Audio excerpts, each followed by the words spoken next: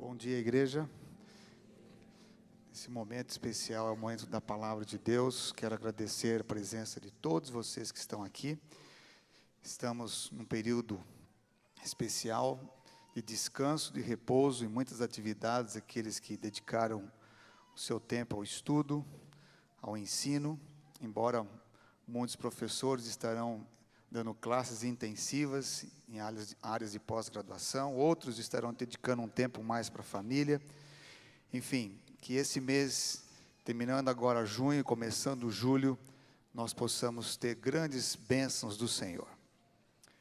Eu não sei se aqui a maioria consegue ver, o quadro sim, a hora que for escrever dá para enxergar, né? A gente vai fazer algumas ilustrações aqui, só para a gente facilitar o ensino. Eu gostaria que, nesse momento, nós abríssemos a palavra de Deus no livro do Êxodo, no capítulo 1. Nós vamos meditar nesse sábado na história da libertação. Este é um livro belíssimo, escrito pelo grande Moisés, um homem que aprendeu a ser amigo de Deus. Sua história é muito rica, muitos detalhes, ela é repetida inúmeras vezes em muitos contextos, desde crianças a idosos. Sempre temos lições para aprender com as ações de Deus na vida de Moisés. Então vamos orar ao Senhor. Querido Pai, muito obrigado pela Bíblia, as Sagradas Escrituras, o livro inspirado, o livro onde o Senhor veio até nós e através de inúmeras narrativas, de promessas, de mandamentos, de bênçãos, de histórias, o Senhor fala conosco. E obrigado a Deus por não abandonar este planeta. Quando nós erramos, o Senhor veio até nós. O Senhor se fez semelhança nossa. E por isso nós temos a alegria de, nesse sábado, num dia bonito como esse, com os nossos familiares, amigos, irmãos e irmãs, poder dedicar essas horas para adorá-lo, para aprender, para refletir e meditar na Tua palavra. Que os ensinos dessa manhã possam profundamente tocar nossas vidas e nos ensinar a sermos mais agradecidos pela aliança que o Senhor fez conosco. Agradecidos pelas inúmeras bênçãos e ocasiões que o Senhor tem manifestado o seu poder. Obrigado, Senhor, pela história do Êxodo.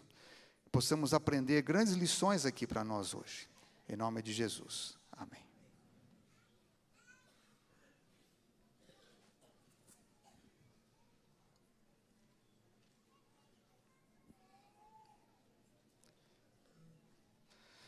No Êxodo capítulo 2, verso 1 e 2, diz assim: Foi-se um homem da casa de Levi, e se casou com uma descendente de Levi.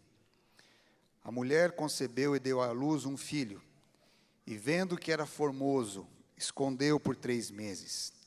Não podendo, porém, escondê-lo por mais tempo, tomou um cesto de junco, calafetou-o com betume e piche, e colocando nele o menino, largou-o no carriçal à beira do rio. A irmã do menino ficou de longe para observar o que lhe haveria de suceder. A filha de Faraó desceu para se banhar no rio e as suas donzelas passeavam pela beira do mesmo.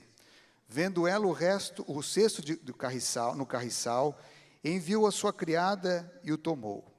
Abrindo-o, viu a criança, e eis que o menino chorava. Teve compaixão dele e disse: Este é menino dos hebreus. Então disse a sua irmã, a filha de Faraó: Queres que eu vá chamar uma das hebreias que sirva de ama e te crie a criança? Respondeu-lhe a filha de Faraó: Vai.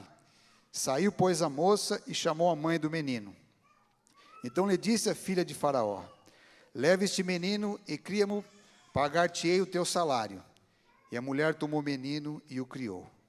Sendo o menino já grande, ela o trouxe à filha de Faraó, da qual passou ele a ser filho. E esta lhe chamou Moisés e disse: Porque das águas o tirei. Aqui está um menino salvo por Deus. Milagrosamente, no período mais escuro da história de Israel, Deus providenciou um meio desse formoso bebê ser preservado, porque Deus tinha uma grande história para construir a partir desse momento. Aqui nós temos um quadro.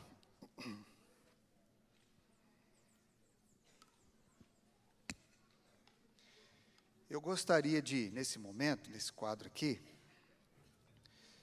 falar algumas palavras, e vocês vão me dizer que lado eu devo colocar essas palavras.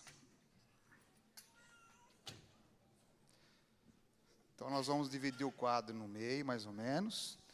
Esse lado eu vou colocar a palavra vida, e desse lado eu vou colocar a palavra morte. Eu vou falar algumas palavras e vocês me dizem que lado eu coloco. Casamento. Vida ou morte? Alguns dizem que o homem no dia do casamento casa de preto porque ele vai para a morte, a mulher de branco. Mas não é bem isso. Casamento, vida ou morte? Casamento, vida. Divórcio. Tem certeza? Divórcio, morte, ok. Esgoto.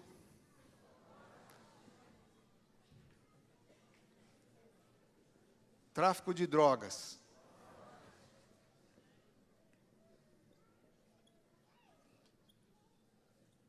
Frutas.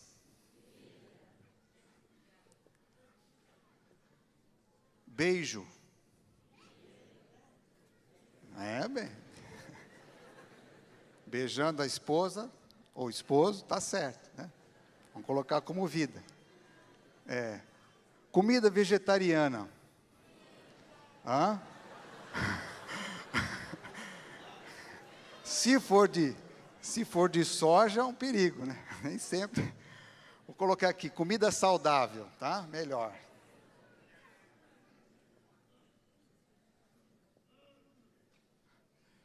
Agora eu vou perguntar para vocês.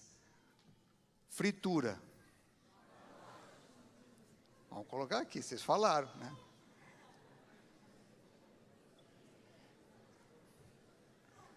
Fofoca. Morte. Crítica.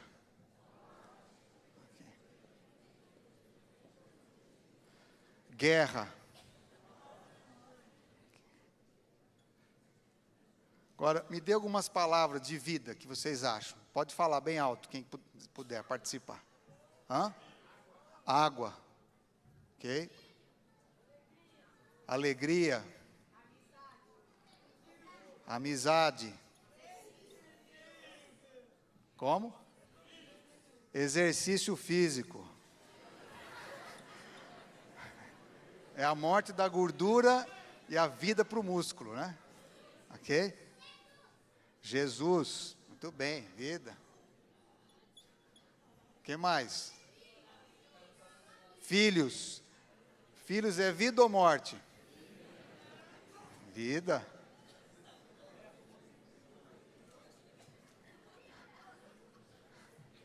Greve. Morte ou vida?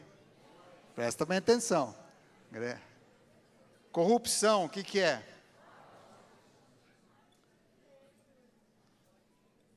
Mentira. E verdade. Mais alguma palavra que vocês queiram colocar para a morte? Que acontece no dia a dia nosso? Doença. Amor para a vida. Nós podíamos enumerar, e você pode, na sua mente, enumerar muitas coisas que podem ser vida e morte. E de maneira bem simples, nós podíamos dizer o seguinte, que Jesus veio trazer tudo que tem desse lado aqui, ó. Tudo que é vida é o que Jesus veio trazer para a gente.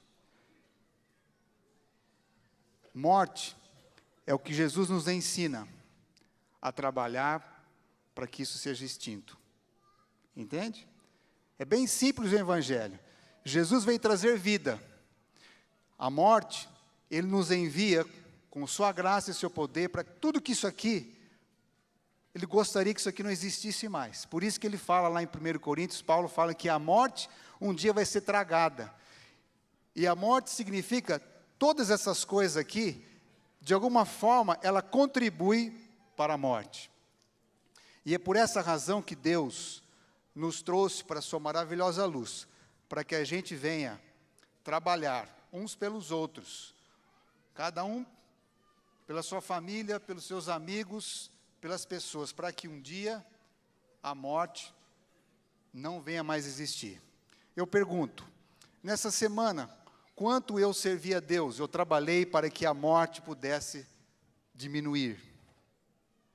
Quanto eu abracei de fato dessas coisas pelas quais Jesus veio nos dar gratuitamente a nós?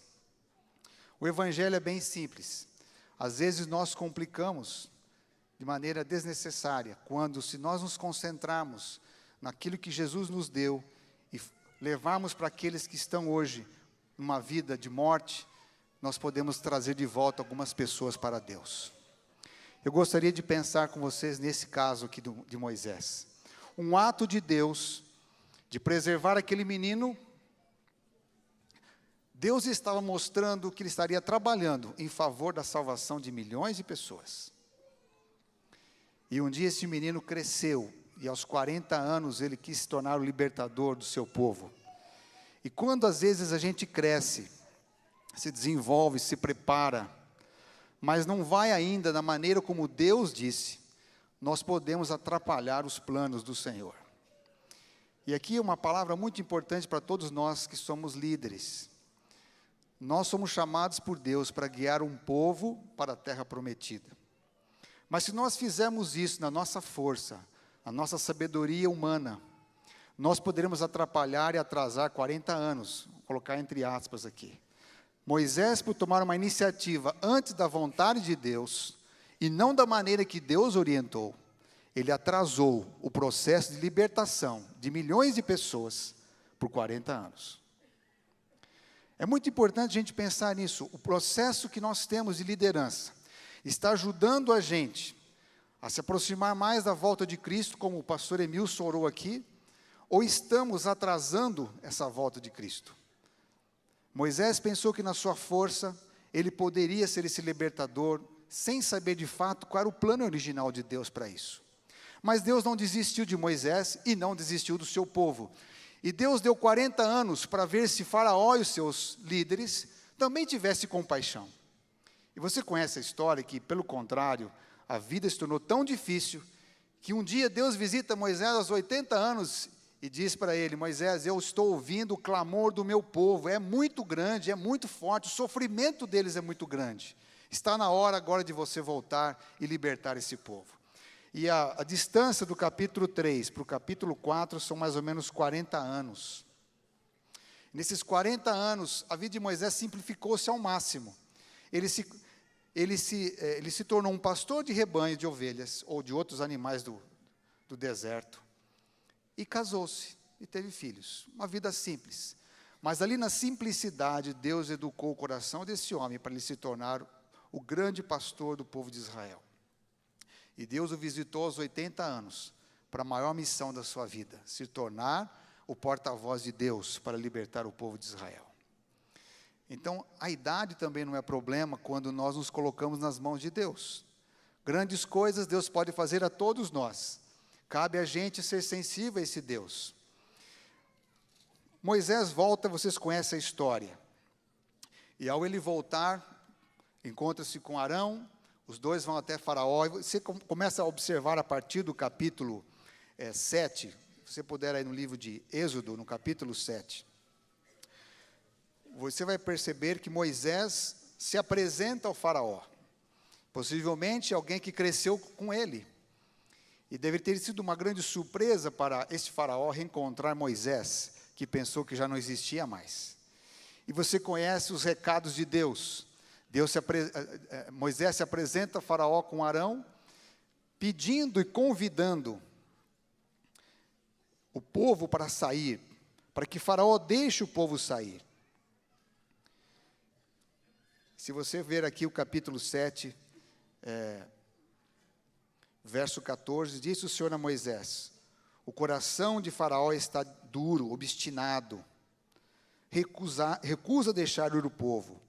Vai ter com Faraó pela manhã, e ele sairá às águas, estará à espera dele na beira do rio. Tomarás na mão do bordão que se tornou em serpente. Ele dirá: o Senhor, o Deus dos hebreus, me enviou a ti para dizer: deixa ir o meu povo, para que me sirva no deserto. E até agora não tens ouvido. O plano de Deus era libertar o povo da escravidão e tornar esse povo que pudesse compreender a adoração a Deus, se tornar um verdadeiro povo de adoração a Deus. Deus queria celebrar uma festa, dar descanso a esse povo, que por mais de 400 anos estava como cativo no Egito.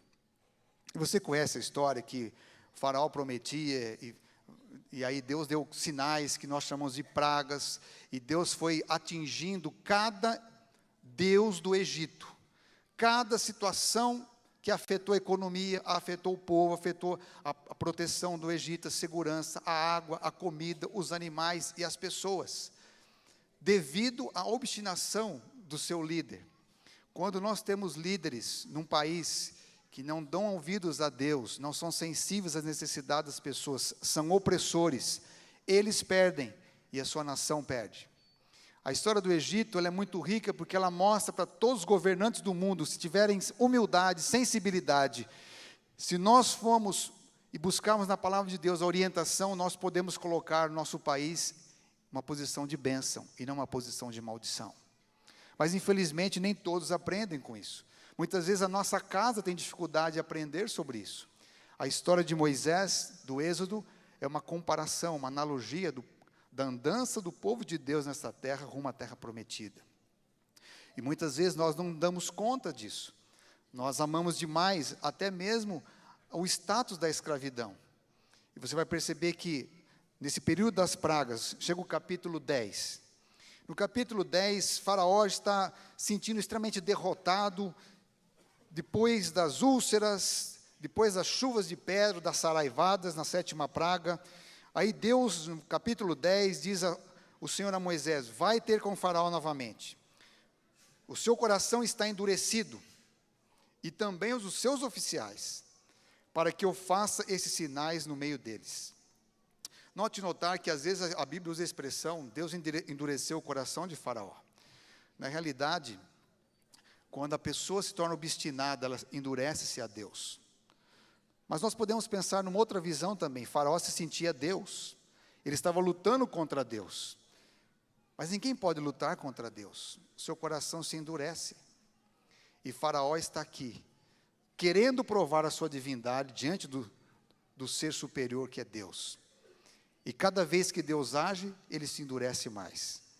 E a dureza do coração de Faraó se transforma em ações duras contra os oprimidos.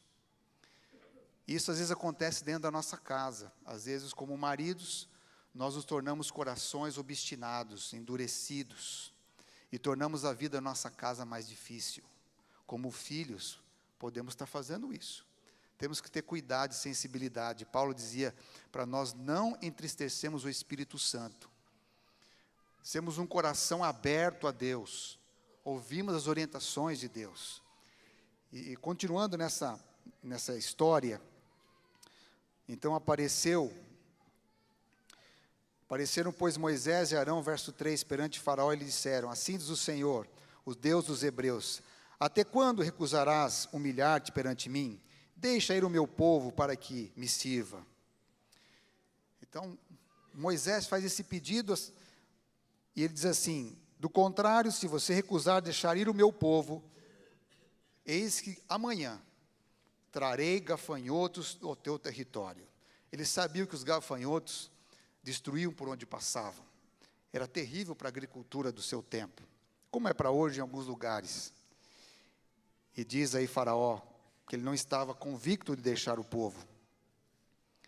Então, os oficiais de Faraó disseram: Até quando não será por cilada este homem, Moisés e Arão? Deixa ir os homens para que sirvam ao Senhor seu Deus. Acaso não sabes ainda que o Egito está arruinado? Então Moisés e Arão foram conduzidos novamente à presença de Faraó, e este lhe disse: Ide, servi ao Senhor vosso Deus, porém, quais são os que hão de ir?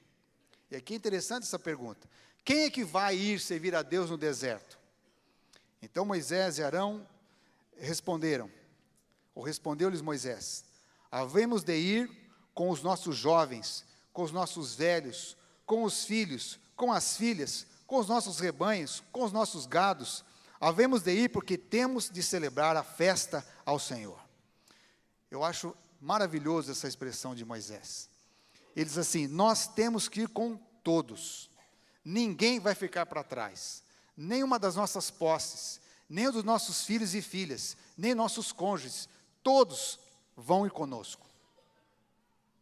Replicou Faraó: seja o Senhor convosco, caso eu vos deixe ir, e as crianças. Vede, pois, tendes conosco más intenções. Ide somente os homens, e servi ao Senhor. Por isso é que pedistes. E expulsaram Moisés e Abraão da presença de Faraó. Faraó não queria que as crianças fossem, nem as mulheres, porque Faraó tinha uma outra intenção: doutrinar as crianças para que eles se tornassem egípcios e não israelitas. Mas eu gosto dessa expressão de Moisés. Moisés é um homem que, depois que ele cuidou de ovelhas, ele aprendeu a ver a vida numa plenitude. Moisés aprendeu a não deixar ninguém para trás. Moisés aprendeu a enxergar que todas as pessoas têm valor. E por isso que você vai ver no decorrer da sua vida, que em várias ocasiões ele intercede pelo povo. Ele chega ao ponto, em alguns momentos, de pedir que o seu nome seja riscado do livro da vida, mas que Deus não rejeite o povo. Esse passo crescente na espiritualidade de Moisés mostra o interesse que um líder de Deus, com um homem e uma mulher, deve ter em favor daqueles que estão sob os seus cuidados. Mesmo que às vezes a gente não é bem recebido. Você acha que Moisés, ao ser recebido pelos seus irmãos, tudo ocorreu bem com ele? Em alguns momentos quiseram apedrejar Moisés e Arão. Não criam, porque o período de espera foi muito hostil. O período de espera trouxe muitas inseguranças e incertezas. Imagine aqueles israelitas que tinham boas posições no Egito. Como iriam perder tudo para seguir Moisés? Será que esse homem não estava alucinado? Foi difícil para Moisés. Mas Moisés aprendeu no deserto que quando existe um chamado de Deus, Deus nos guia para chamar a todos. Deus não nos dá um ministério para pastorear alguns. Deus nos dá um ministério para pastorear todos, crianças, adultos, idosos, homens e mulheres. Moisés não abriu mão de ninguém. Se só os homens podem ir, nós não vamos. Nós só iremos se todos irão. Eu gostaria que Deus despertasse no coração nosso, nessa manhã, um desejo de todos nós aqui, que ao nós irmos no plano de Deus, para a eternidade, para a volta de Cristo, nós irmos com todos. Eu não sei se no seu coração existe esse espaço para todos. Se nós ainda temos pessoas que nós não temos interesse que elas possam estar no céu com a gente. Mas Deus nos desperta para que todos possam ir para o céu. É interessante que Deus usou muitas ilustrações. Eu vou usar uma que depois que Moisés, ele saiu com o povo, Deus os levou para o Monte Sinai. E ali foi o primeiro santuário de Deus. Deus se manifestou em glória. Deus falou com Moisés. Ele por 40 dias e 40 noites, sem comer e sem beber na presença de Deus, recebeu inúmeras revelações maravilhosas, e principalmente as tábuas de pedra escritas pelo dedo do Senhor, as 10 palavras, que iriam dar direção para a humanidade. Por isso que ela foi dada no deserto. E ali, Deus também deu para Moisés, no capítulo 25 do Êxodo, um exemplo, um modelo do santuário do céu para ser feito na terra. Não que Deus viesse habitar no espaço criado pelo homem, mas onde o encontro de Deus com o ser humano pudesse ser mais bem apreciado, e esse encontro pudesse ser maravilhoso. E é interessante, vamos tentar fazer aqui uma uma amostra disso. Se você tiver papel aí com você, procure também fazer isso. Nós muitas vezes já ouvimos, e essa é uma mensagem bíblica, uma doutrina muito importante, cristã e adventista.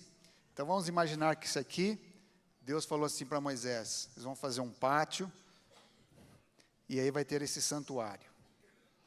Esse santuário é um lugar que eu quero habitar no meio de vocês. Eu quero repousar com vocês, eu quero ter amizade com vocês. E quando a gente fala, por exemplo, aqui de uma igreja, num templo reunido como estamos aqui, era uma convocação que Deus fazia para o seu povo estar reunido para receber de Deus intercessão, receber de Deus ensinos, receber de Deus orientações, receber de Deus bênçãos. Ele diz assim, olha, vai ter uma entrada nesse santuário, as tribos, 3 tribos desse lado, outras 3 desse lado, assim por diante, bem organizado. Dentro desse pátio, vocês vão fazer um tabernáculo. Nesse tabernáculo, vocês vão dividir em 2 partes. Vai ser o lugar santíssimo, o lugar santo. Aqui na entrada, vocês vão fazer um altar. Vocês vão fazer uma bacia. Aqui dentro desse tabernáculo, lugar santo, vocês vão ter uma mesa com 12 pães, 6 de cada lado. Vão ter vinho, vão ter incenso. Aqui vocês vão ter um castiçal de 7 lâmpadas. E aqui vocês vão ter também um outro altar. E aqui vocês vão ter um véu bem decorado, bem bonito. E aqui vai ter uma arca. E dentro dessa arca vai ter as tábuas. E vai ter um propiciatório em cima disso. Aqui diariamente, pela manhã e pela tarde, o sacerdote vai estar trabalhando aqui. Cada adorador, cada pecador que vier aqui, vai ter muitas ofertas. Vou destacar a oferta pelo pecado. Nesse lugar, quando você chegar aqui, a pessoa vai colocar as mãos sobre o animal, confessar os seus pecados, vai transferir os seus erros, seus pecados para aquele animal. Aquela carne, parte dela o sacerdote vai comer, porque ele vai também carregar sobre si o seu pecado. Aqui ele vai lavar os pés e as mãos para poder entrar nesse santuário com sangue. A borda desses 4 pontas aqui vai ter o lugar para colocar as mãos. Ele vai entrar nesse santuário. E diariamente, dentro desse santuário, aqui nesse altar, 2 horários por dia, de manhã e à tarde, vai ter um incenso aqui. E cada uma dessas partes vai ter um significado importante para vocês. Aqui é para mostrar a provisão de Deus, o alimento diário. Durante o dia, pela manhã, vocês vão ter um maná. Mas aqui vai ter essa amostra desses pães, que representam o cuidado que eu tenho com vocês, disse Deus. As 12 tribos representando a humanidade. O número 12, o número que representa o contexto todo do povo de Deus. As provisões que Deus tem. Aqui, esse candelabro de ouro, com desenhos como se fosse uma árvore da vida, iluminado, colocado com azeite, vai representar a luz do mundo, vai representar a presença do Espírito Santo entre vocês. E aqui este altar com incenso, noite e dia, representando as orações de vocês, as preces, as súplicas, as ações de graças levadas ao céu. Todos os dias, Israel via esse modelo. As pessoas chegavam, confessavam seus pecados, mas chegava um momento no ano, que era chamado Dia da Expiação, o Yom Kippur, que as pessoas agora deveriam fazer um dia especial de jejum e de oração. Todo Israel parava, todo Israel se congregava, na expectativa agora de Deus dar o perdão dos seus pecados, de agora Israel ser limpo desses pecados, purificado desses pecados. Então o sumo sacerdote, uma vestimenta especial, ele fazia todo o ritual, inclusive por ele também primeiro. E aqui é interessante que ele sacrificava um bode. Ele tinha 2 bodes. O primeiro ele era sacrificado, transferindo sobre este bode todos os pecados de todo Israel, de todo aquele santuário, e fazia todo esse ritual, entrava nesse lugar santo, aliás, no Santíssimo. E ao ele sair, era um dia de grande expectativa para Israel. as pessoas ficavam solenemente esperando. Deus estava educando essas pessoas para entender o plano da salvação. E quando ele saía, vamos assim dizer, tinha um outro bode, que ele é chamado de Azazel. Muitos já ouviram falar disso, está lá em Levíticos. Ele pegava e colocava agora toda a culpa do pecado sobre Azazel. 2 emissários levavam esse bode para o deserto, e ali esse bode desaparecia, morria, e levava a culpa do pecado, as consequências do pecado. De maneira simples, estou colocando aqui. Quando Jesus aqui esteve, Jesus mostrou isso de maneira muito linda na sua vida. Porque cada elemento desse, Jesus diz, eu sou o pão da vida, eu sou a luz do mundo, eu sou o caminho, o que mais? A verdade e o quê? E a vida. Parece que Jesus estava entrando assim, mostrando isso aqui, eu sou o caminho do santuário, o caminho do relacionamento com o Pai, sou o quê? A verdade, os ensinos e o quê? A vida, porque quando saía daqui, era decretado o quê? Você está perdoado, você tem vida. E esse ritual foi feito milhares e milhares de vezes, geração em geração. E quando Jesus vem à Terra, no Calvário, Jesus cumpre tudo isso aqui. E vocês lembram que a Bíblia diz que às 15h, no horário do sacrifício da tarde, quando tudo escurece, rasga-se o véu no templo, que separa o Santo do Santíssimo. Porque Jesus, o verdadeiro Cordeiro, o bode que tomava sobre si todos os pecados, ele morreu, fazendo uma vez por todas, entrando uma vez por todas no santuário, recebendo para sempre a autoridade para ser o nosso intercessor. E o pecado é resolvido. Agora nós estamos trabalhando com as consequências dele, que será exterminado no dia do juízo executivo de Deus. Por que Deus deu essa ilustração para Israel? Para mostrar que Deus é real, está presente com a gente. O que significava isso? Por que Moisés queria que todos saíssem com eles? Porque essa história, que Moisés ainda não saberia como ia ser tudo isso, pensa bem, Moisés está num processo de aprendizado com Deus. Ele não sabia ainda que Deus ia dar isso para ele. Ele estava lá no Egito ainda. Mas Deus já antecipou que Deus gostaria que todos saíssem, porque todos precisariam aprender do plano da salvação.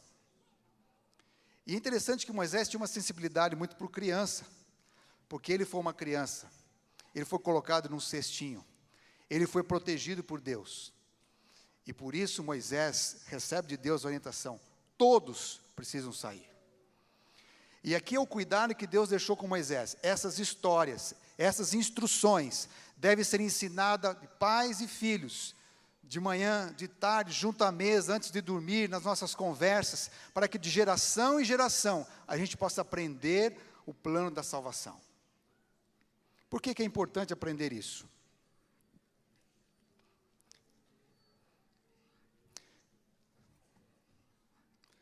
Que quando nós entramos em aliança com Deus, nós estamos salvos. Quando nós entramos nessa aliança com o Senhor, há salvação. Quando nós estamos fora da aliança, não há salvação. E Deus deixou muitos exemplos.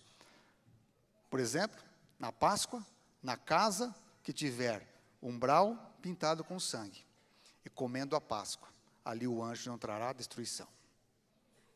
Aqueles que passarem pelo Mar Vermelho, chegar do outro lado, não tem destruição. A casa de Raabe, que tinha um cordão de escarlata, todos que entrassem naquela casa, haveria de ter o quê? Salvação. Em inúmeros momentos na história, Deus foi ilustrando a importância de tomar uma decisão de seguir a Deus, se tornar um discípulo de Deus. João Batista, quando veio, ele começou a dar uma outra evidência disso. Arrependei-vos, sede batizados, porque o reino de Deus está chegando. Então agora o batismo entra como uma simbologia de que eu quero fazer parte do reino dos céus, eu quero fazer parte dessa comunhão com Deus. E Jesus veio e disse assim para os discípulos: se você não participar, se você não lavar os seus pés, se você não participar junto à ceia, você não tem parte, você não tem comunhão comigo. Então Jesus, ele vai confirmando essa simbologia, mostrando o seguinte, que a vida está com aqueles que entram em aliança com Deus, aqueles que creem nele. Por isso que ele mesmo disse para Nicodemos: se você não nascer de novo, da água e do Espírito, não tem possibilidade de ver os céus, de ver o reino dos céus, ter uma nova vida. E ele diz assim: eu não vim para condenar vocês, porque a condenação já está sobre a humanidade. Nós nascemos mortos dos nossos pecados e delitos, mas eu vim para trazer vida. E quando alguém aceita Cristo como Senhor e Salvador, nesse processo que nós vimos aqui, era uma forma de mostrar para eles: quando eu aceito a Jesus, quando eu aceito entrar na aliança, Ele toma sobre si os meus pecados, as minhas iniquidades, os meus delitos, as minhas enfermidades, para que eu tenha vida, e vida em abundância. Então agora vem uma pergunta: por que eu preciso me batizar? Há muitas pessoas assim: mas por que eu tenho que me batizar? Só para fazer parte de uma igreja? Não. A igreja, o povo de Deus, é uma grande família. É onde Deus nos coloca para sermos acolhidos, para crescermos espiritualmente, para conhecê-lo mais. Mas, acima de tudo, o batismo é um novo nascimento, onde eu entro em aliança com Deus, onde eu aceito o sacrifício feito por Cristo Jesus. O batismo é um símbolo do Calvário, da morte para o eu, da morte para os pecados, da morte para o amor para com o mundo, e a ressurreição, o levantar das águas, representa que eu ressurjo, que eu estou disposto a ser um discípulo, a como Jesus ressurgiu da morte, agora vencer a morte pelo poder de Deus. Eu venho nascer para uma nova vida. Eu estou autorizando Jesus, o seu Espírito Santo, a trabalhar no meu coração e transformar-me diariamente à imagem e semelhança dele. E essa aliança é demonstrada publicamente quando nós aceitamos a Jesus pelo batismo. Muitas pessoas têm medo de se batizar, pensa só nas coisas que devem deixar. Eu vou remeter agora a vocês àquele quadro novo, da morte e da vida. As coisas que eram da morte, valem a pena deixarmos para trás? Sim ou não? Vocês querem ter vida? No contexto de Israel, nenhum judeu em sã consciência, nenhum israelita, gostaria de ficar em casa no dia da expiação. Todos tinham profundo anseio de se prepararem para receber o perdão pleno do Senhor. E nós hoje? Temos o profundo anseio, desejo, que a nossa vida esteja perfeitamente em aliança com Deus? Estou eu disposto a levar outras pessoas também a conhecer esse Deus? Interessante que hoje a grande guerra espiritual do mal contra o bem, Satanás não quer que as pessoas tomem uma decisão ao lado de Cristo. Porque Satanás sabe que no dia da execução do juízo, a pessoa que ficou por si só, que não aceitou o Senhor como Salvador, ela vai receber a punição dos seus pecados. Todos os pecadores que não aceitaram a Cristo, todos os pecadores que não se entregaram a sua vida a Deus, não entraram em aliança com Deus, eles terão, infelizmente, ser exterminados junto com o pecado. Você sabe que o inferno, vamos assim dizer, o fogo da destruição, ele foi preparado somente para o diabo e seus anjos. Ele não foi preparado para nós. Agora, o ser humano participará disso se ele rejeitar o plano da salvação, se ele rejeitar a graça de Deus, se ele rejeitar estar em aliança com Deus. E a oportunidade que nós temos, cada dia, é de nós estarmos com o Senhor, e nós abraçarmos essa aliança. Nessa manhã eu gostaria de lançar para vocês um desafio. Quantos de vocês aqui, um dia, estudaram a palavra de Deus, avaliaram e fizeram uma decisão, e foram batizados por imersão, numa igreja, num rio, num lugar, num evento que a igreja fez, e vocês mostraram publicamente que vocês, no batismo, quiseram um novo nascimento? Levanta a mão aqui. nós temos muitas pessoas. Vocês sentem feliz por ter feito isso? Sente-se bem por um dia ter entrado em aliança com Deus? Não seria importante que a gente pudesse começar a orar e pedir que Deus nos envie para abençoar outras pessoas com essa mensagem? Quantos de vocês aqui, pode ser juvenis ou crianças, ou mesmo adultos, ainda não tiveram essa oportunidade de ser batizado nas águas? Levanta a sua mão. Temos vários aqui de vocês. Eu gostaria de, nessa manhã, pedir que vocês levantassem a mão. Eu queria que entregasse um cartãozinho para vocês. Eu tenho aqui alguns diáconos. Levanta a sua mão. Não se acanhe. Eu vou explicar por que isso é importante.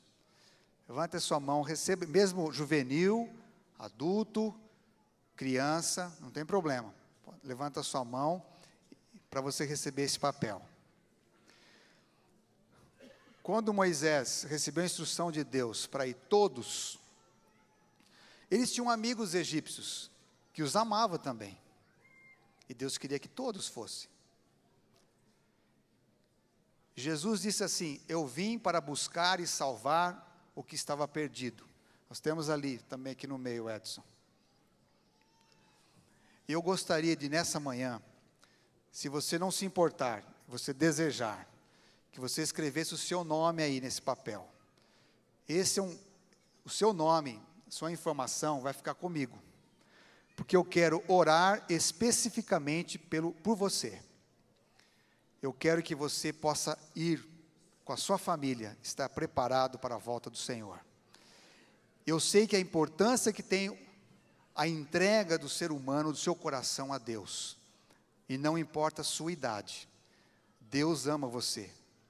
Então, se você puder escrever o seu nome e puder me entregar depois na saída, eu gostaria de conservar esse cartão comigo para orar por você. Deus sabe o tempo específico de cada um. Aqui não estou dizendo que você tem que se batizar amanhã, mas eu estou querendo saber se você gostaria que nós orássemos por você, para que você, ao estudar a Bíblia, o tempo de Deus, você possa tomar essa decisão. Eu gostaria que o pastor Bruno me trouxesse aqui essa bandeira, aquela bandeirinha ali. Eu quero terminar contando essa história para vocês aqui.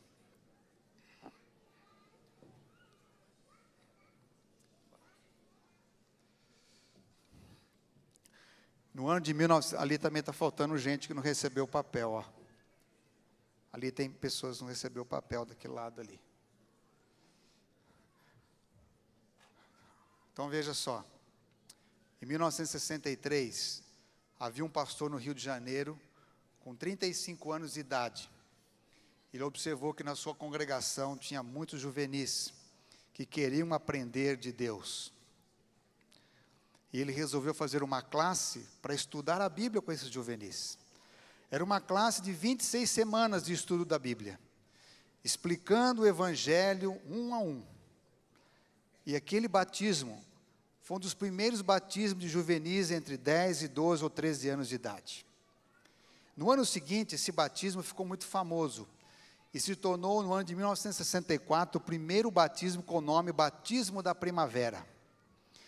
E esse pastor, desde os seus primórdios, ele sempre teve no coração o desejo que também os juvenis pudessem aprender de Deus. Eu gostaria de chamá-lo aqui, o pastor Ademar Quint. Este ano faz 55 anos que ele fez a primeira classe bíblica, com 26 estudos bíblicos, discipulando juvenis, meninos e meninas, para conhecer a Jesus. A partir do momento que nós temos uma idade, que temos condições de discernir o certo e o errado, condições de entender o Evangelho e aceitar a Jesus como Salvador, nós temos condições de se tornar um discípulo de Cristo. E a gente tem o privilégio de ter esse pastor com 90 anos de idade, andando e fazendo exercício físico, escrevendo livros, cuidando dos seus queridos. E ele está aqui conosco hoje. É aqui, pastor.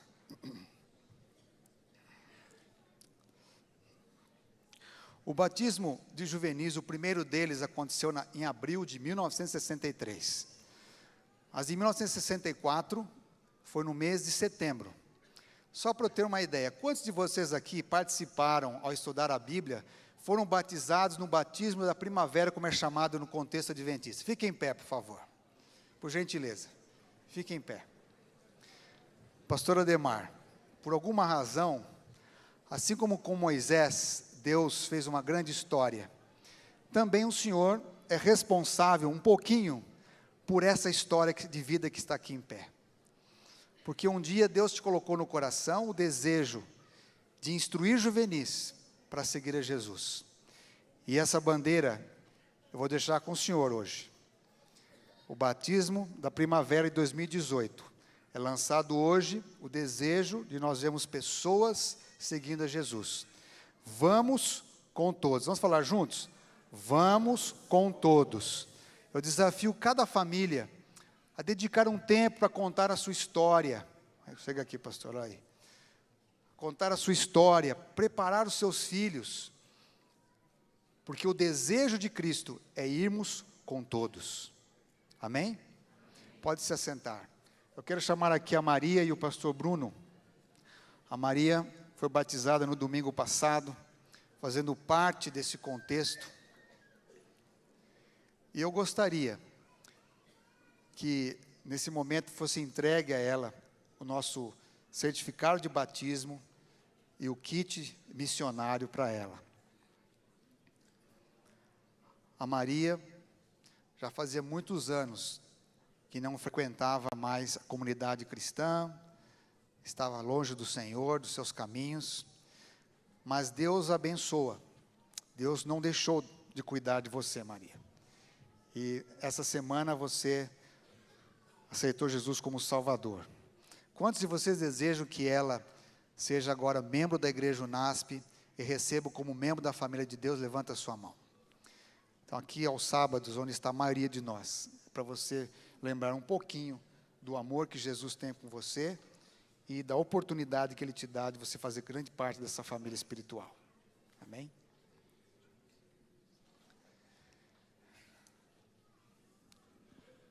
Eu quero apenas aproveitar, dizendo que naquele curso das 26 liçõezinhas, 2 ou 3 lições eu as apresentei exatamente como o santuário, o significado do santuário no Evangelho para a nossa salvação. Amém. Existe algum juvenil, desbravador, aluno da escola adventista, que está estudando a Bíblia e gostaria nesse mês de setembro, no dia do desbravador, ou no batismo da primavera, que vão ser vários momentos especiais, tem algum juvenil, ou mesmo algum adulto que gostaria, e já está estudando, está se preparando, gostaria de ser batizado no mês de setembro, aqui, que está aqui hoje? Tem algum? Então vem aqui. Eu quero que você venha aqui conosco. Aqui. Fala o seu nome para todo mundo. Meu nome é Isabela. A Isabela é uma menina muito linda, canta muito bem, tem muitos dons. Filha do pastor Saulo. O pastor Ademar vai também estar estudando com ela, uma desbravadora. Vem aqui, querida. Alguns juvenis que quiserem vir aqui, pode vir. A gente quer orar com vocês. Eu também, quando tinha 10 anos, no dia 20 de setembro de 1975, eu também fui batizado. Eu aceitei um convite. Por 26, acho que ela usou a sua lição, pastor. Por 26 domingos, a professora Ruth Pinho de Souza, mãe do pastor Jonas, do professor Naor, que dá aula nessa escola, nos deu por 26 domingos os ensinos bíblicos na classe de preparação para o batismo para juvenis. E eu, assim como vocês e muitos outros da nossa época, fomos batizados num dia especial da primavera. E se assim for da vontade de Deus, aqueles que desejarem, que estiverem preparados, poderão ser este ano, ser no próximo ano. Vem você aqui, estava te procurando. Outro dia você me procurou, que você gostaria também de estudar a Bíblia. Então quero que vocês orem por esses e pelos adultos. Que Jesus abençoe muito cada um de vocês aqui. Amém? Então eu gostaria que nesse momento a igreja ficasse em pé para nós orarmos a Deus, dedicar nossa vida a Jesus.